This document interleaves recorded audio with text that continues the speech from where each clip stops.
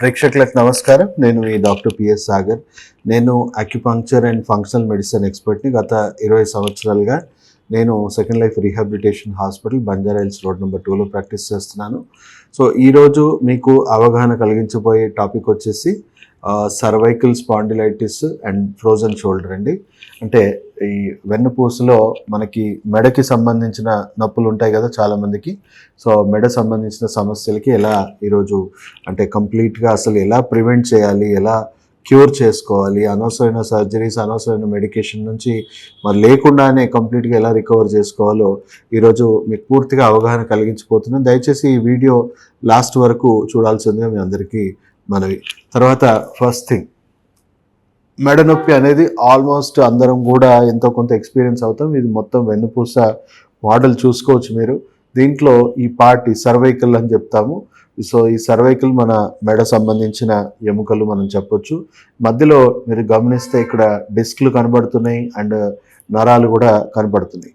So ఈ మెడ సంబంధించిన నరాలు ఏమవుతుందంటే రేడియేట్ అవుతాయి. అంటే ఒకవేళ అక్కడ డీజనరేషన్స్ అయ్యాయి, డిస్క్ ప్రొలాప్సెస్ అయ్యాయి అనుకోండి, తీవ్రంగా మెడనొప్పి రావడము అండ్ ఇంకా తీవ్రత పెరిగిపోవడం వల్ల తలకు సంబంధించిన నరాలు బ్లాక్ అయిపోయి తల తిరగడము, అలాగే ఇంకా ఎక్కువగా బ్లాకేజెస్ అవడం వల్ల చేతికి సంబంధించిన నరాలన్నీ కూడా హెవీగా రేడియేటింగ్ పెయిన్స్ అవ్వడము, లాంగ్ టర్మ్ నర్వ్ అలాగే డ్యామేజ్ అయిపోయి వీక్ అయిపోయి మెల్లిమెల్లిగా షోల్డర్ కూడా పాడైపోతూ ఉంటుంది. ఎందుకంటే మనం ఎక్కువగా రేడియేటింగ్ పెయిన్స్ ఉన్నాయని చెప్పేసి మనము ఎక్కువగా చెయ్యి వాడకపోవడం అనేది జరుగుతూ ఉంటుంది. సో వాడకుండా ఉండడం వల్ల ఇప్పుడు చూడండి, నా చెయ్యి నేను ఒక 1 వీక్ 10 days లేదా 1 month నేను కదిలేయకుండా పెట్టాను అనుకోండి, నా మొత్తం షోల్డర్ నుంచి నా కండరాలన్నీ కూడా బిగుసుకుపోతూ ఉంటాయి. సో ఈ ప్రాబ్లం వల్ల మనం సరిగ్గా చెయ్యిని సరిగ్గా చేయలేకపోతూ ఉంటాము. దానివల్ల మెల్లిమెల్లిగా మనకు కండరాలు దెబ్బతినడము, ఫ్రోజన్ షోల్డర్ లాంటి కండిషన్స్ ఇవన్నీ డెవలప్ అయిపోయి మన చేతులు పనికి రాకుండా పోవడం, పర్మనెంట్గా డిసేబిలిటీ రావడం అనేది జరుగుతూ ఉంటుంది. సో ఇలా సర్వైకల్ స్పాండిలైటిస్ అనేది క్రమంగా సిమ్టమ్స్ అనేది ఉంటుంది.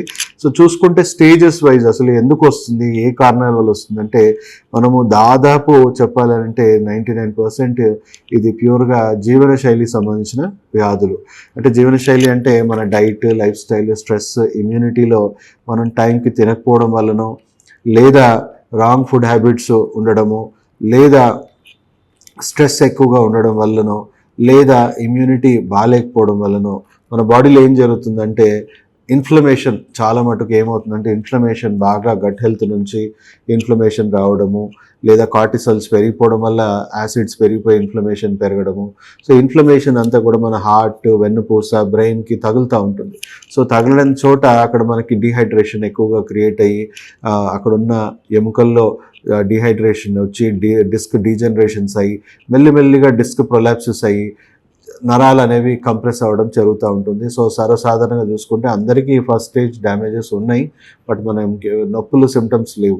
సో సెకండ్ స్టేజ్లో చూసుకుంటే కొంచెం ఎక్కువగా స్ట్రెయిన్ అవ్వడం వల్ల, పని అవ్వడం వల్ల మైల్డ్గా పెయిన్స్ రావడము అండ్ కొంచెం రెస్ట్ తీసుకోగానే అవి తగ్గిపోవడం, మనం దాన్ని ఒక రకంగా వార్నింగ్ సిమ్టమ్స్గా బాడీ ఎగ్జర్ట్ చేస్తున్న వార్నింగ్ సిమ్టమ్స్. పెయిన్ అనేవి నథింగ్ బట్ బాడీ ఇస్తున్న వార్నింగ్ సిమ్టమ్స్.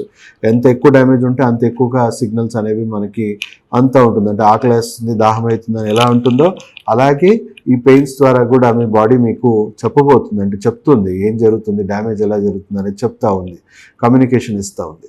సో అలా చూసుకుంటే మనము థర్డ్ స్టేజ్కి వెళ్ళేసరికి కొంతవరకు మెల్లిమెల్లిగా రేడియేటింగ్ పెయిన్స్ పెరగడము, తల తిరగడం మైల్డ్గా అండ్ ఎక్కువగా పని చేసుకోలేకపోవడము, అంటే డే టు డే యాక్టివిటీస్లో ఇబ్బంది కలగడం అనేది జరుగుతూ ఉంటుంది. సో ఆ థర్డ్ స్టేజ్ నుంచే మనం చాలామంది డాక్టర్స్ దగ్గరికి కొంచెం అలారంగా ఫీల్ అయ్యి, టెన్షన్గా, భయంగా ఫీల్ అయ్యి మనం వెళ్తాం. సో వెళ్ళడం వల్ల అక్కడే మనం పెద్ద తప్పు ఆర్థోపెడిక్ డాక్టర్ దగ్గరికి వెళ్ళిపోతాము, లేదా జనరల్ ఫిజిషియన్ దగ్గరికి వెళ్తాము. సో అక్కడ చూసుకుంటే English medicine goal of the treatment ఏంటి అని అంటే అదొక రియాక్టివ్ మోడల్ ట్రీట్మెంట్. అంటే సిమ్టమ్స్ని సప్రెస్ చేయడము, మేనేజ్మెంట్ చేయడం మాత్రమే. ఎందుకంటే లోపల ఉన్న డిఫెక్ట్ని, డ్యామేజ్ని వాళ్ళు ఎలా కంట్రోల్ చేయాలో వాళ్ళకి తెలియదు, వాళ్ళకి అవుట్ ఆఫ్ సిలబస్ అనమాట. సో సిమ్టమ్స్ని సప్రెస్ చేయడము అండ్ మెల్లిమెల్లిగా డీజనరేషన్స్ పెరిగిపోయి డ్యామేజ్ అయ్యాక వాళ్ళని సర్జికల్ ఆప్షన్స్ వైపు తీసుకెళ్ళడం అనేది జరుగుతుంది. సో అప్పటి వరకు సిమ్టమ్స్ని ఎలా మేనేజ్ చేయాలి, ఇమీడియట్గా మీరు సర్జరీ అని చెప్తే మీరు విన్నారు కదా. సో కొంచెం పూర్తిగా డ్యామేజ్ అయ్యేదాకా వెయిట్ చేయిస్తారు. అప్పటి వరకు పెయిన్ మేనేజ్మెంట్ వరకే పరిమితం అవుతుంది. సో పెయిన్ కిల్లర్స్, ఫిజియోథెరపీ ద్వారా పెయిన్ మేనేజ్మెంట్ చేసేసి మెల్లిగా మనం 4th స్టేజ్కి వెళ్ళిపోయాక హెవీగా తల తిరిగిపోవడము, హెవీగా రేడియేటింగ్ పెయిన్స్ అవ్వడము, frozen shoulder conditions, radiating pains అంతా పెరిగిపోవడము. సో అప్పటి నుంచి ఇంకా కంప్లీట్గా మీరు తొందరగా కన్విన్స్ అవుతే సర్జరీ, లేదా 5th స్టేజ్ దాకా వెళ్ళిపోతే మీ పనులు మీరు చేసుకునే పరిస్థితులు కూడా ఉండరు. అప్పుడైనా మీకు సర్జికల్ ఆప్షనే చెప్పడం జరుగుతుంది. పోనీ సర్జరీ వల్ల అన్ని సమస్యలు తీరిపోతాయి అని అంటే ఇంకా వర్స్ సిచ్యువేషన్సే క్రియేట్ అవుతాయి. ఎందుకంటే అవుట్ ఆఫ్ 10, 8 to 9 పీపుల్ మనకి కాలు చేతులు పడిపోయే అవకాశం ఉంది. ఎందుకంటే సర్జికల్గా మనకి కీ హోల్ సర్జరీ, రకరకాల సర్జికల్ ప్రొసీజర్స్లో జరిగేది ఏంటంటే ఆ డిస్క్ని ట్రిమ్ చేసి నరాల మీద ఉన్న ప్రెషర్ తగ్గించాలి. సో ఆ ప్రాసెస్లో ఏంటంటే నరాలు బాగా అతుక్కొని ఉంటాయి కాబట్టి ఆ డిస్క్కి, సో అది కొద్దిగా ట్రిమ్ చేసేటప్పుడు నరం దెబ్బతిన్న కంప్లీట్గా అక్కడ నుంచి మనకి కంప్లీట్గా బాడీ ఇక్కడ నుంచి ఇక్కడ వరకు సెన్సేషన్స్ పడిపోయి పర్మనెంట్గా అంటే స్పర్శ అనేది కూడా లేకుండా మనం పర్మనెంట్ డిసెబిలిటీ తెచ్చుకోవడం అనేది జరుగుతుంటుంది.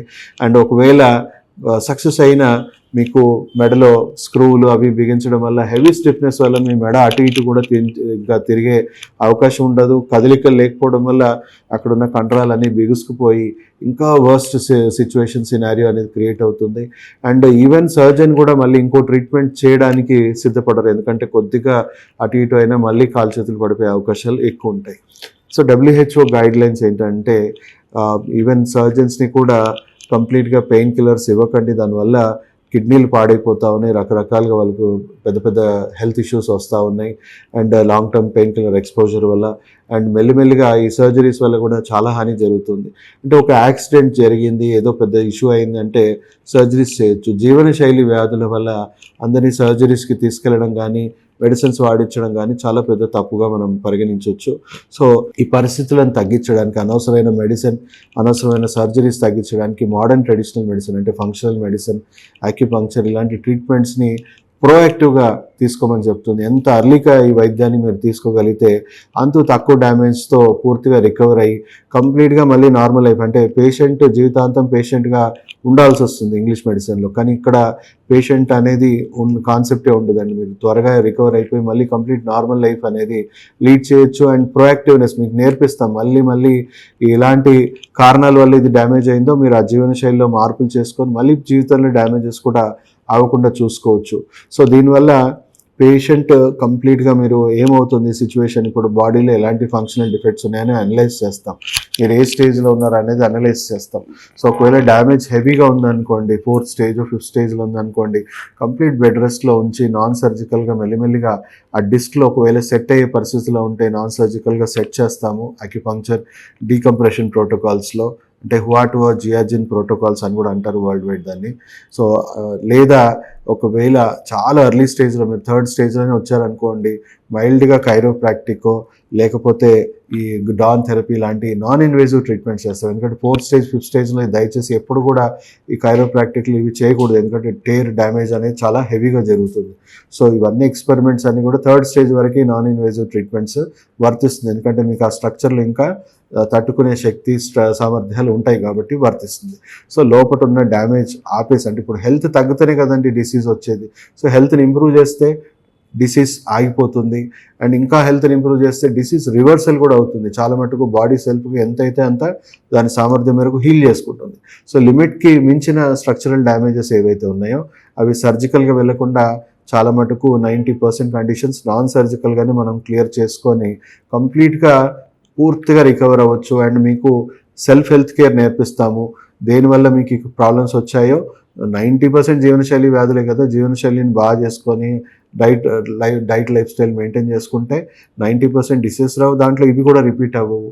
సో అలా proactive health care, self health care నేర్పించడం జరుగుతుంది పేషెంట్స్కి. సో ఆల్మోస్ట్ ఈ 20 years కెరియర్లో కొన్ని వందల వేల పేషెంట్స్ని మనం సర్జరీస్ అవాయిడ్ చేయగలిగాము. అండ్ చాలా ఎంత ఎర్లీగా వస్తే అంత తక్కువ టైంలో మనం కంప్లీట్గా రికవర్ చేయొచ్చు. సో దయచేసి వీడియో ప్రతి ఒక్కరికి అవేర్నెస్ పరంగా. ఎందుకంటే గవర్నమెంట్ ఆఫ్ ఇండియా కూడా ఇప్పుడు దీన్ని పెద్ద ఎత్తున డెవలప్ చేయడానికి ముందుకు వస్తూ ఉంది. ప్రపంచంలో ఇది ఇప్పుడు సెకండ్ లీడింగ్ ప్రాక్టీస్. త్వరలో this would be the main leading practice. 51% doctors కూడా దీన్ని ఇప్పటికే రెఫర్ చేస్తూ ఉన్నారు ఈ ట్రీట్మెంట్స్ని. సో వరల్డ్ వైడ్ ఒక బిగ్ చేంజ్ అనేది జరుగుతూ ఉంది.